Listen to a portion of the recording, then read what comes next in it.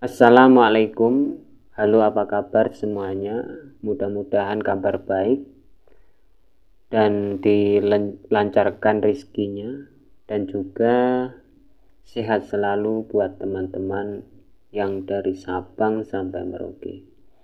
Dalam hal ini akan menerangkan perkara-perkara yang membuat stres. Nah, ini apa saja? Mari kita simak baik-baik bagaimana penjelasannya nanti. Yang pertama itu tidak mempunyai uang, akhirnya sibuk mencari kerjaan kesana kemari. Gak ketemu-ketemu, apalagi itu membuat stres. Dan apalagi sekarang musimnya ya musim begini ya, musim kemarau, penghasilan berkurang. Ini menjadi stres yang berat.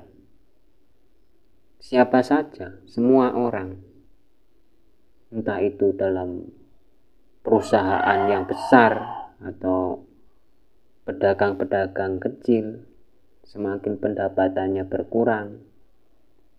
Ini yang menjadi beban stres bagi orang-orang yang sedang menghadapi.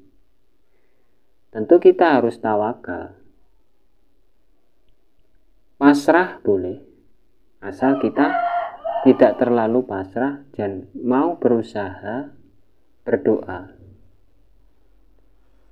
Yang membuat stres ini kan adalah perekonomian yang belum lancar. Beda kalau sudah lancar. Ini yang membuat stres dan sampai gila begitu.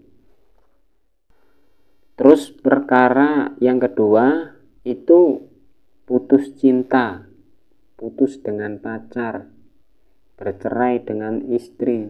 Ini membuat stres. Ya sekali kita menghadapi belum terasa, tapi semakin lama semakin terasa. Begitulah. Putus hubungan itu ibarat adalah putus tali persaudaraan. Maksudnya dalam arti anak-anak remaja sekarang stres gara-gara memikirkan pacarnya. Apalagi kalau sampai pacarnya ini main serong, main mendua, selingkuh. Ini pacar. Belum sampai ke istri yang selingkuh, kemudian tidak bisa dinasihati lagi, akhirnya bercerai.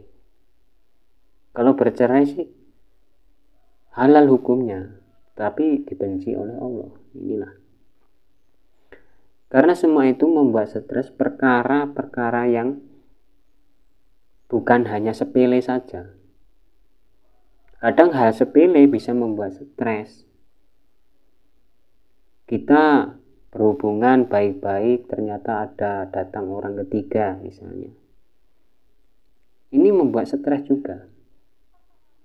Jadi semua hal-hal yang membuat stres ini akan datang secara tidak terduga ataupun direncanakan.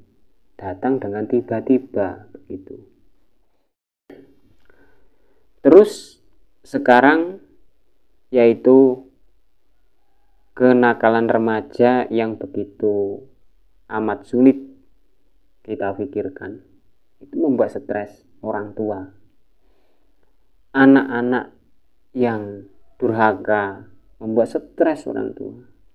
Anak-anak yang tidak bisa dinasehati, sampai hura-hura, berpesta ria, tidak memikirkan masa depan.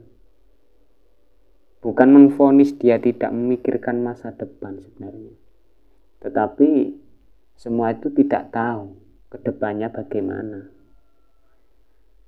Tentu kita akan menghindari perkara-perkara yang seperti itu. Perkara-perkara membuatmu stres. Toh itu semua tidak lain dan tidak bukan karena perkara yang negatif. Perkara yang negatif ini akan menjadi pikiran kita stres atau drop. Bisa dibilang begitu.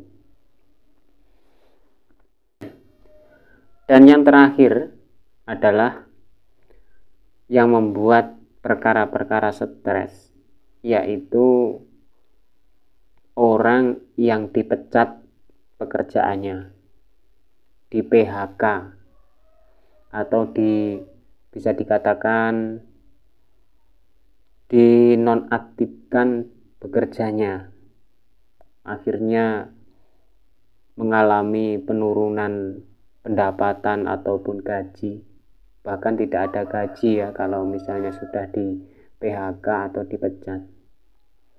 Ini tentu akan membuat stres, gitu loh. Mungkin itu saja sedikit penjelasan perkara-perkara yang membuatmu stres. Mungkin banyak salah yang saya sampaikan. Dari saya mohon maaf yang sebesar-besarnya. Wa'afu minkum. Assalamualaikum warahmatullahi wabarakatuh.